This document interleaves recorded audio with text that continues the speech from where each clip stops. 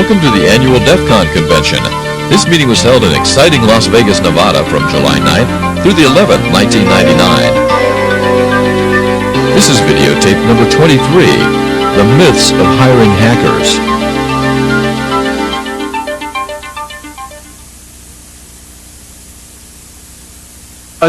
What's going on is this is about hiring, the myth of hiring hackers, because what I found is that everybody wants to go out and hire a hacker, and as the presentation before just started to discuss, sort of like you don't know what you get when you hire a hacker.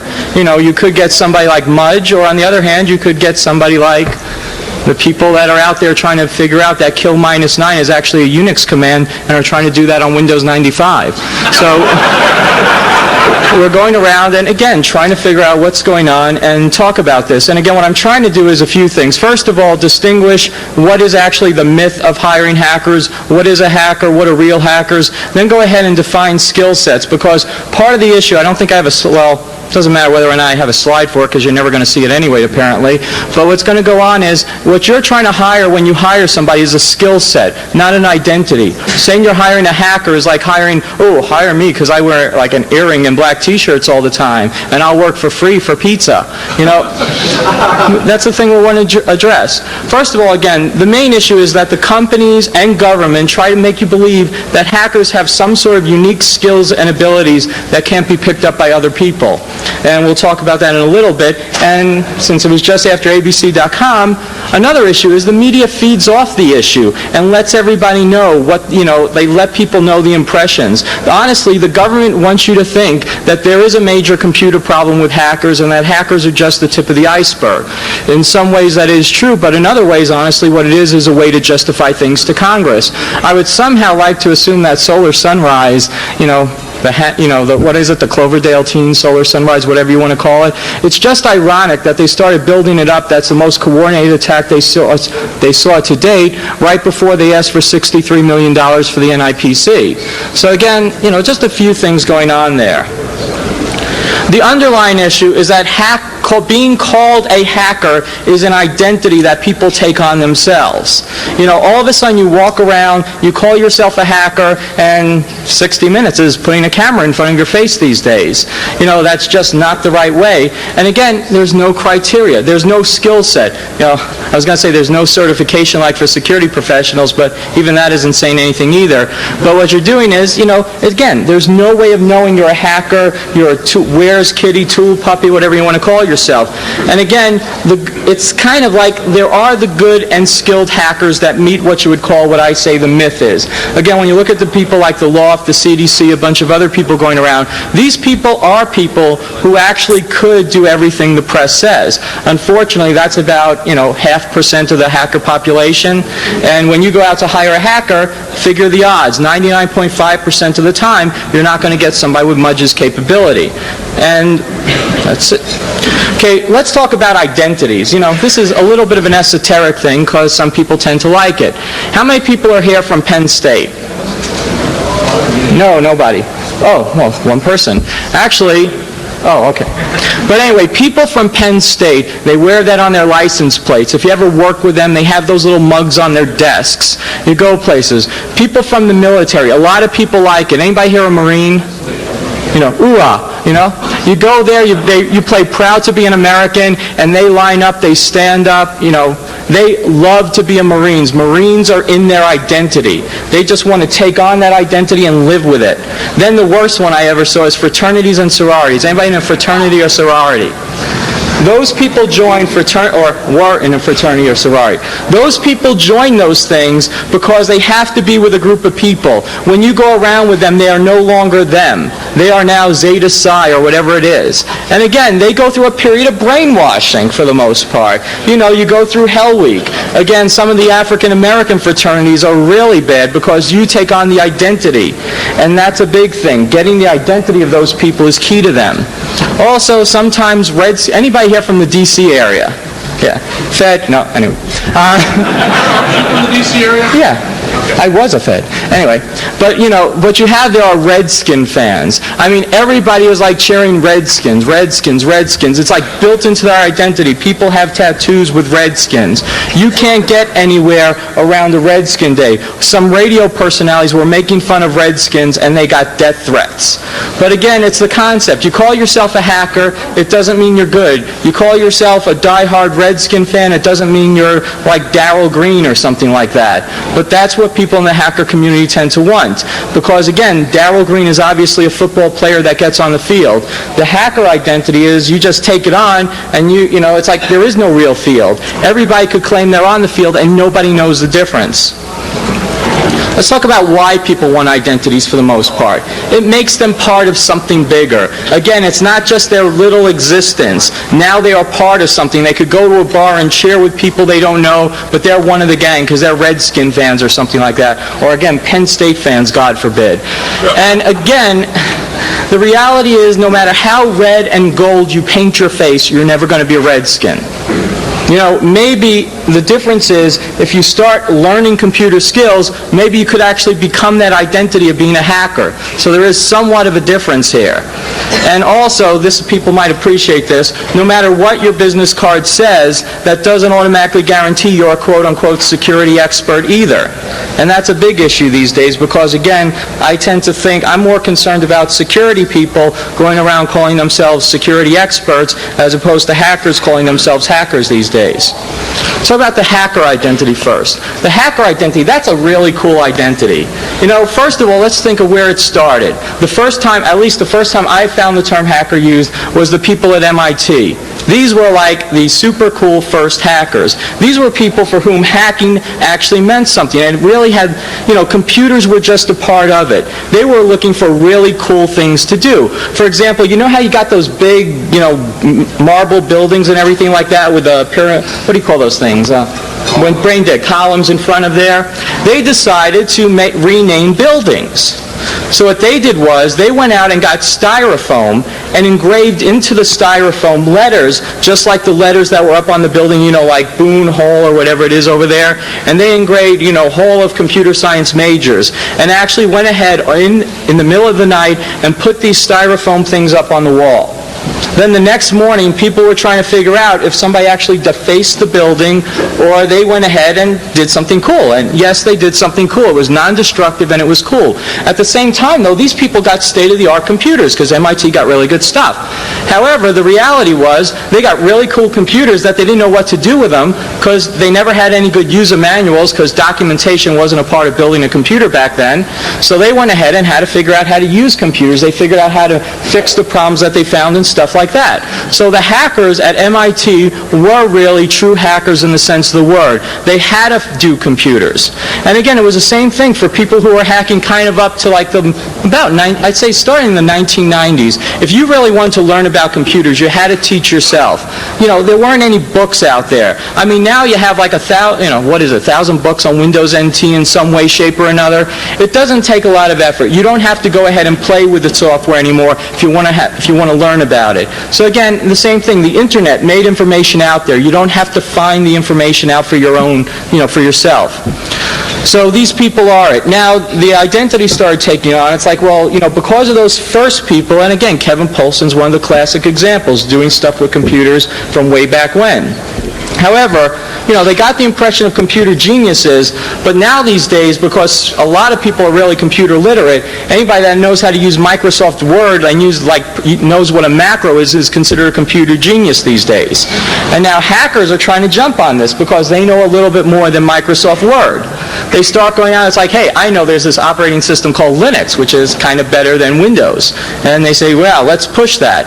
And the identity also says that they push the limits of technology. They're pushing the edge. They have the answers to all things technical. Again, I was breaking into a company once. It was really bizarre because here I was under the guise of a clerical worker. I was just a file clerk, and people thought I had some concept of computer security. Well, not computer security, but just, I knew how to use their applications like Meeting Maker and the word processor stuff. And people started coming to me, even though I was a file clerk, do you know how to do this, do you know how to do that? And they started giving me, it's like I knew much more than them, and they wanted to reassign me.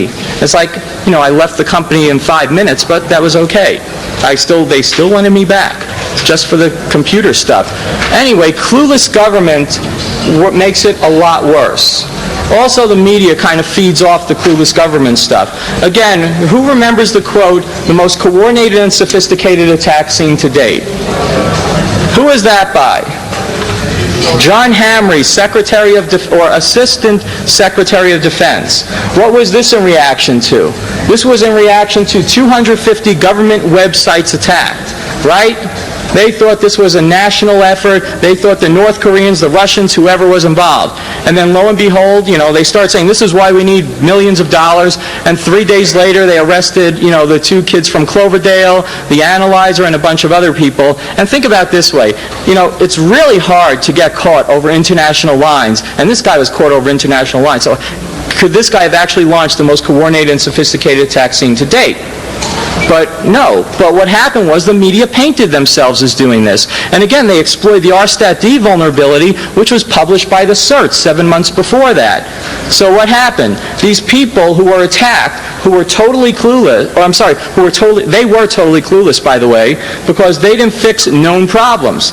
Then they had relatively clueless people attacking them with something very preventable. And they painted them as the hackers to be the world's, super people. And what happened? Benjamin Netanyahu, the Israeli prime minister, called the analyzer a misguided genius. I like that one. And now, just in case you think, oh yeah, by the way, they also said it was a wake-up call for them. I have to stop and think. How many people remember the Hanover hackers, the cuckoo's egg? People were stealing military secrets, real secret nuclear stuff. Then you had kind of like the telephone systems falling apart towards like the early 1990s.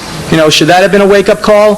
Then you had like all those other things, like the eligible receiver exercises going on for 5 years up to that, where they took down the whole Pacific Military Command and a few other things along the way. They did those things once a year. They had GAO reports saying the government's wide open. And then all of a sudden, these teenagers here were a wake-up call. But actually, compared to the last Army hack that went on, I think about a week ago, for the first time the press said, which is good, is something hacked because of widely preventable things. But anyway, that's one aspect of the government driving this hacker myth. Who here heard of the Cyber Corps? Anybody hear Jeffrey Hunker talk about that? He has this concept because he read a bad science fiction novel. Let's hire teenagers right out of high school, and we'll train them our way to be like the information warriors of the future. Again, bad science fiction novel story. So what's happening? Really, when you stop and think about it, he's hiring people, and 70% of people who go to the college change their major, so they might, 70% of them are not going to be good computer people. So that's one thing.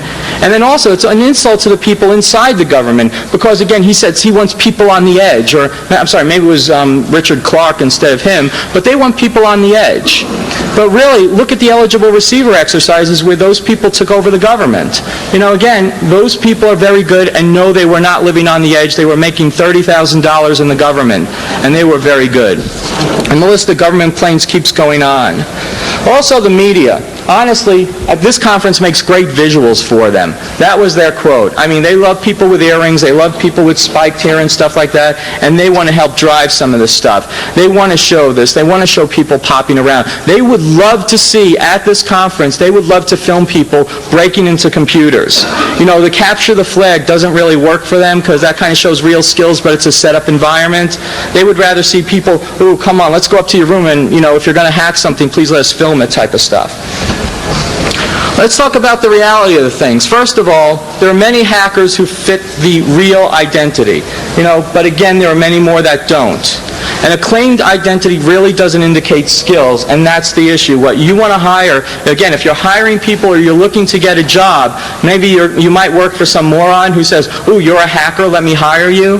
But the reality is that they're not very smart, and they're probably not going to pay you what you're worth if you're good anyway. If you're not good, you might as well take anything you could get, though, let's face it. And again, the only issue is that only skills can indicate skills, and that's the question. You got to find people who, if you claim to be an identity, that means you don't have the skills. Because I know people, if they say they're a hacker, they're not going to tell you about hacking. You know, they're not going to say, I'm a hacker. They're going to say, I know SendMail, I know NT, I know Novell, blah, blah, blah, blah, blah. Although some people argue if you say you're a hacker and you say you know NT, you're not a real hacker. So then there are also, the real story is there are many non-hackers who have those skills as well. Again, when you look at people who don't consider themselves to be hackers, like for example, I guess Bill Cheswick spoke at the Black Hat Conference last week, I don't think he calls himself a hacker, but by God, he's a genius. You know, he puts many of even the better people that we could name to shame. But he doesn't call himself a hacker. The people who did eligible receiver for the government, they're not technically quote-unquote hackers like you would expect with the earrings. You know, again, a lot of people are the feds you might point out or whatever. You know, you wouldn't know it. But again, eligible receiver proves that you can take people. Why don't these people do it, though? Why aren't these people? You know, you could say, quote-unquote, they have a real life. Nobody asks them to go ahead and learn how to break into a computer. Because again, where I'm going to go into this a little bit when we start talking about skill sets, the people who know how to break into computers best are the really good system and network administrators. Those are the people who know the systems, you know, in their soul. They know if something goes wrong. They could tweak SendMail if they have to make it a relatively secure thing. But the deal is, nobody ever says, hey, by the way, can you break into systems? Can you learn more how to break into systems? So that's why you don't see a lot of the, you know, quote-unquote computer professionals call themselves, you know, or get into security as much, because nobody ever asks them to learn those issues. So let's talk about a little, who are the hackers as a group, people who love to call themselves hackers. First of all, you got the real geniuses. And again, these are people like Loft, CDC, etc. These are people who find problems. These are people who go out, they reverse engineer software. They do software engineering and testing. I mean, honestly, I don't call them hackers because I think it's an insult. You know, that kind of belittles their skills. They are highly skilled software engineers and testers. That's the way I look at it, because that's their technical skills that they're demonstrating. Then you also have another group of people who aren't as good as like the real geniuses, but they're also highly skilled computer people. And again, these are the quiet ones that know how to use tools very well. They might use the little scripts that everybody else writes, but what they do is they combine it with their own skills. You know, if they're actually performing a penetration test under contract, they'll use the same tools the tools puppies use, but also what they'll do is they'll go to manual techniques after that if the tools don't work. They will get in eventually. They're not out there looking for the problems, analyzing the stuff, but they know networks and computers well. Then you got the group of people that are out there that the press loves because they tend to be good visuals, are the script kiddies and where's puppies. And these are people that spend most of their time calling themselves computer hackers as opposed to being in front of a computer. Or when they are in front of a computer, they're surfing websites trying to just like, you know, run RStatD against people at random. And these are people who really demonstrate no real skills in computers. And let me first of all say it takes, well, I'm kind of famous for this, but it takes no real skills to break into computers. And I should say that I will no longer say I can teach a monkey to hack a computer in a few hours. Because thank you. I found out there are very talented people who take offense at this, and I didn't mean to offend them, but I don't consider what they do hacking. You know, but again, the wrong population was offended, so I'm not going to say I could train a monkey to hack a computer. But anyway, just breaking into a computer, an installed computer, doesn't take any skill at all, especially when you look at how systems are maintained. And again, the script kiddies don't really know anything. Okay, as far as this, it would have been a great visual. I still need some quote, by the way, on how to, you know, as opposed to how to train, you know, I can train monkeys to hack computers. And actually, I'm giving a presentation to about 100, like Fortune, like 1,000 CIOs. And I'm going to say, I'm rephrasing, I can train a monkey to hack a computer in a few hours, so I can teach a CIO to break into a computer in a few hours. But honestly, though, I'm not sure if that's less insulting.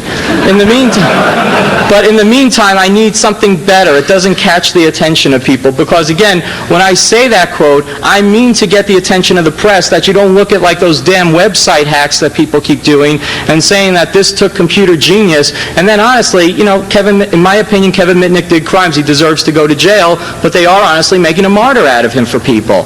And that's an issue. You know, they wouldn't have to make a martyr out of him if there weren't all these these little script kiddies who are perceived to be geniuses as Kevin Mitnick as the modern-day Fagin. So again, just help me get some, think of something. I'm willing to take ideas. Anyway, script kiddies aren't the answers I've already mentioned, because it's much more difficult to protect a computer than to break into it. How many people here are system admins? How many people here who were system admins have previously tried to break into systems at some point in their life? Which is harder? Is there any question as to which is harder? There are so many ways in, but there's just there's so many ways in, and you have to think of all of them. And again, the example I tend to give people, maybe the press likes things simplified, is arsonists cannot put out fires or engineer fire-safe buildings. They know how to take a bunch of papers together, take gasoline, spread around, light everything up.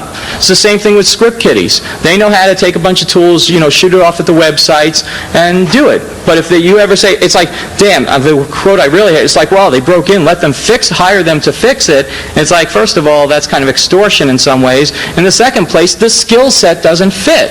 Knowing how to run a SendMail hack or loft crack doesn't make you figure out how to make NT secure, which is hard to do even if you have an incredible amount of clue.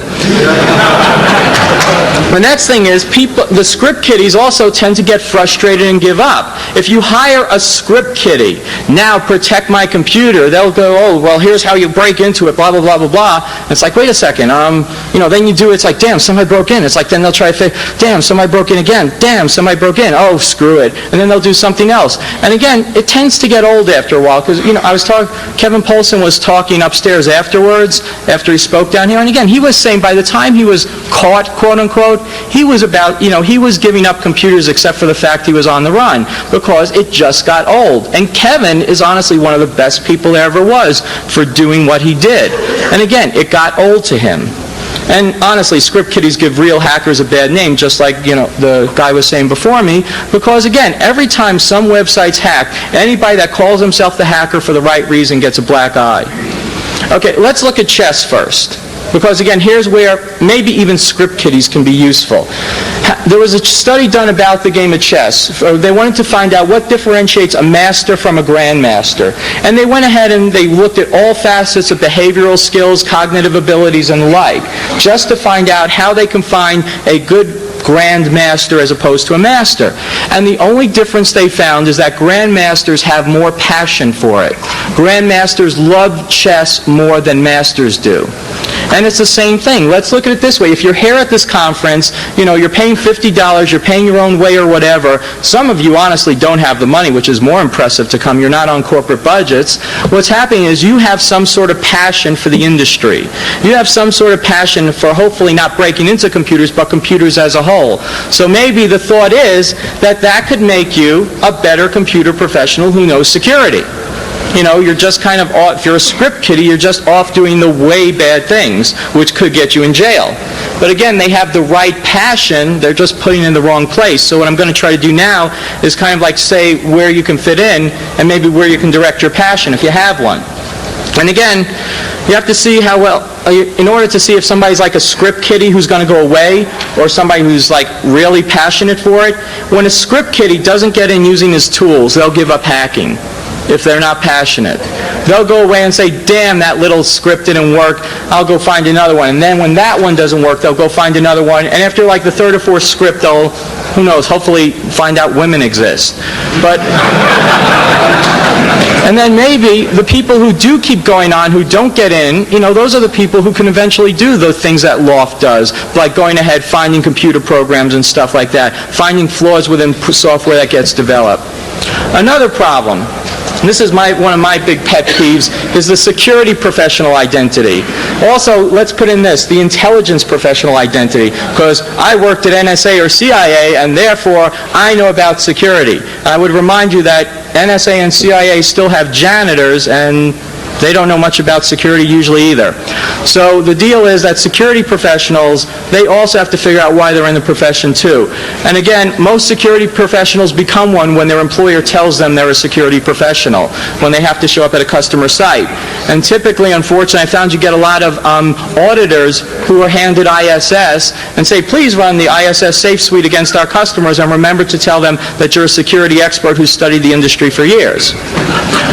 Okay, let's talk about what can hackers do if you really want to learn about computers and you want to go into the profession and you want to actually do some good somewhere along the way. First of all, learn about computers. That's what hacking in its true form is supposed to be. It's not about breaking into computers. But if you want to break into computers, go ahead, break into your own computers. And again, remember, why is the loft called the loft? Because they have a loft with a lot of computer equipment. It was kind of a joke. You know, the loft was not called the internet. These are people who break into their own computers, not the internet's computers.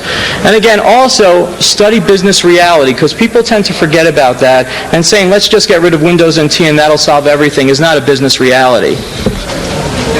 Now let's look at another example, another analogy quickly. Let's look at the martial arts. Anybody ever study karate or something like that?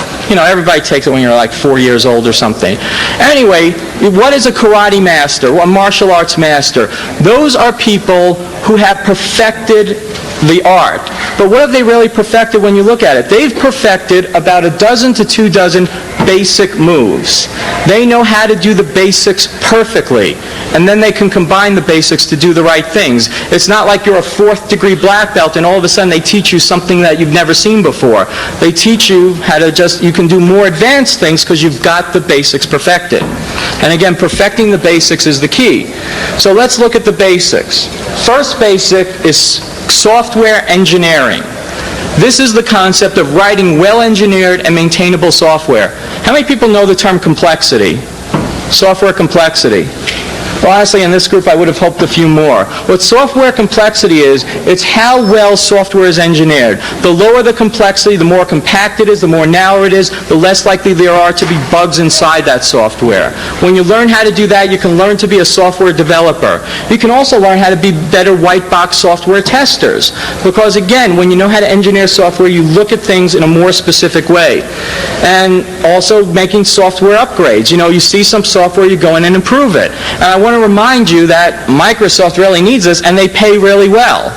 So keep that in mind too. Also, Y2K modifications are a good source of income possibly, because I know a lot of people say they fixed the problem. Chances are a lot haven't. So, just start thinking of that as a potential way to go next month. Also, systems administration. And when you talk about information warfare, systems administrators are on the front line of what I call real information warfare. I mean, these are the people who are down in the trenches. And again, when you look at it, and if you know the profession, I think of good security as really only being good systems administration, because I don't consider that you should have a special person who has to know, gee, there's a Microsoft hotfix, that's a security professional. I mean, systems administrators should be aware of this just as well as they should be aware of Unix patches and stuff like that and update it. They should be aware of good configuration issues. That's not a security issue, that's just basic systems administration. Next aspect is systems integration, and that's choosing the right systems for the right jobs. These are people who put computers together, design networks, and whatever. And again, if you really want to get rid of Microsoft, that's the profession to go into, because this is the people who design the computer systems and they decide what components go in there. They design how the network looks and stuff like that. And they can design, if you know what you're doing, you can design security and from the start, engineer network choke points, user zones, things like that. Next aspect, if you don't want to get into the nitty-gritty technical stuff, is you could do requirements analysis and test definition. And again, you can set security requirements up front, not, gee, let's make sure nobody can log in after your system's installed. Go ahead and design that from the start and make it a requirement and test for the requirements existing. Key thing is understand the business issues, and that you've got to understand that security is a business risk issue. Again, there's always functionality versus security. And if you're good in an organization, you have to balance it off. And if you want to if you want to actually be useful, make sure you can balance it off. And again, I want to point out that if you go into your boss and say, let's get rid of Microsoft because that'll solve all our security problems, in the first place, you're going to look like an idiot to him because you don't understand the business issues. And the second place, if you think that Microsoft is the only system, and if you get rid of that, and Microsoft is the only software that has problems, then you're an idiot from a security perspective too. It will make it easier not to use some of their systems, but again, just because you use an operating system, a good operating system, doesn't mean you configure it well. Okay, quick test for are you clueless for security professionals too. Does anybody want that or not? No. Yeah. Yeah. Okay, basic issues. And again, if you do well on this test, this is just saying you know the basics. It doesn't mean you're a real expert. It just means you're not clueless with the subject. Do you use PGP? 1 for yes. If you say, what is PGP, stop counting. Next one, what is your password? If your password is 7 or more characters with at least one special character, is not a dictionary word, blah, blah, blah, add 1. And even if you just say a special character is a number, I'll still give you it. If you are ready to blurt out your password or you don't have a password, again, stop counting. Is your laptop boot password protected? Again, 1 for yes. What is a boot password? -2 in this case. What is a buffer overflow? 1 point for if you know it's an abnormal software condition that results in, sorry, long day. But anyway, it's an abnormal software condition that can result in a session with access privileges or something close. Give yourself a point. If you thought that it had something to do with plumbing, subtract 1. When was the last time you updated your antivirus software? If it was any later than mid-June, add 1. If you never did it again, stop counting. How frequently do you perform backups? If it's at least once a month, and that's being generous, add 1 point. What version is your web browser? If it's the latest version, add 1 point. If you have no clue, subtract 2. Do you have the most recent hotfixes and Windows Service Pack loaded on your system? Add 1. What if you don't have Microsoft? Add 5.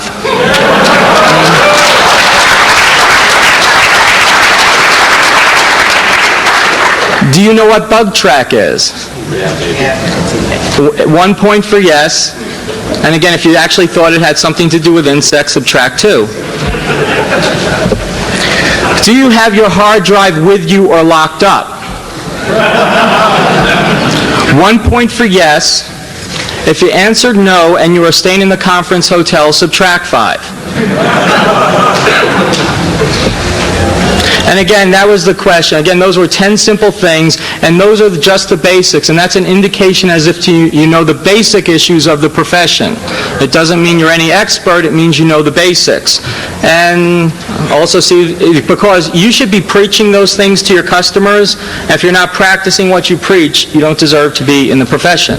At least that's my opinion. Okay, let me close up quickly by the Wizard of Oz. Anybody hear my Wizard of Oz thing before? Okay, 1 or 2 people. Basically, this is a philosophy of security that I hope people pick up. Because the Wizard of Oz says an awful lot about a lot of things, besides a Pink Floyd, I think it was. In the first place, let's look at how the Wizard of Oz starts. Some bad woman wants to take Dorothy's dog, so Dorothy runs away from home, goes to some snake oil salesman, and he convinces her to go home, and she runs back to the thing. But then a tornado comes up, she gets hit in the back of the head, and then she falls on the couch, and she wakes up, and she's in the land of Oz. Then she's walking around and everything like that, with Toto following her, and she's like, we're not in Kansas anymore. So they go around, and then all of a sudden a big pink bubble comes floating down from the sky, and turns into the good witch, and the good witch goes, are you a good witch or a bad witch? And she's like, well, I'm not a witch. The witch goes, you must be a witch, you killed a witch. And it's like, oh, no, I didn't kill anybody. And then it's like, oh, look over there, and they look, and they see the feet sticking out from her. Oh, I didn't mean to kill her. Oh, no, killing a bad witch is good. Yay, you. So yay me, ding dong, the witch is dead, and they all skip around, right? So then what happens after the song is over, because this is a musical, big black puff of smoke, or somebody said it was red, big red puff of smoke, and all of a sudden, who killed my sister? And she's chasing them all around. And first of all, Dorothy admits it, much like Kevin Poulsen did stupidly. Oh, I didn't mean to kill her. And it's like, oh, you killed my sister. Oh, I'm going to get you and your little dog too. And it's like, get you, my pretty. Good, thank you. I'll need you. So then the good witch goes, wait a second, what about the ruby red slippers? And she's like, yeah, the ruby red slippers. She goes, gets it, and all of a sudden the ruby red slippers disappear, the legs shrivel up and, go away. And then what happens? They're on Dorothy's slippers, and, Dorothy's feet. And Dorothy, she goes to get it, poof, can't get away or anything like that. And she's like, please. Once again? Yeah, once again. I'll get you, my pretty. Right, and then she goes off in another big black puff of smoke. Now Dorothy is really in a shitload of trouble.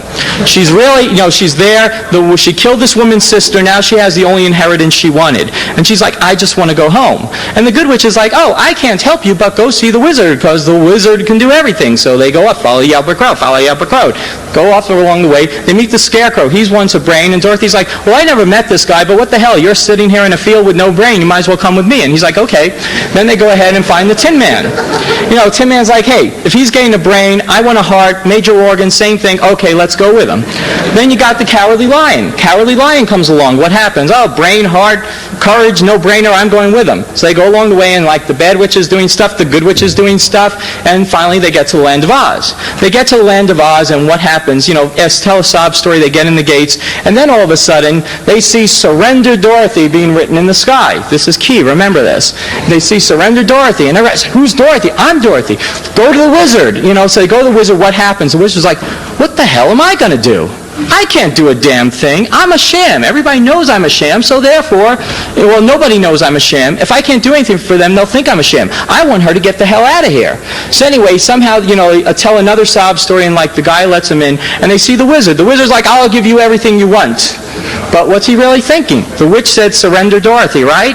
I'm going to surrender Dorothy and send her on a suicide mission right to the witch. Because think about it. He said, get me the witch's broomstick. So he's like, and he sends them right to the witch's castle. So the witch sends the flying monkeys. The flying monkeys come, take away, literally kick the stuffing out of the Scarecrow. I like that part. And then they go ahead, and like Dorothy's trapped in the thing, and like the witch wants to blow her up. So the witch tries to blow her up, and all of a sudden, like Toto jumps out the back door and runs down and gets everybody. And then the Tin Man finally realizes key thing I almost missed. What happens? They get to the castle, the three stooges or whatever, and they're standing outside, and what happens? The Scarecrow thinks of an idea. Let's go ahead and, they jump the guys. Let's follow them in, follow those Oleobiolum guys in there. And they follow the Oleobiolum guys in, and then they get Dorothy with the axe, because the Tin Man finally realizes he has a weapon with him. So he goes ahead and breaks it down.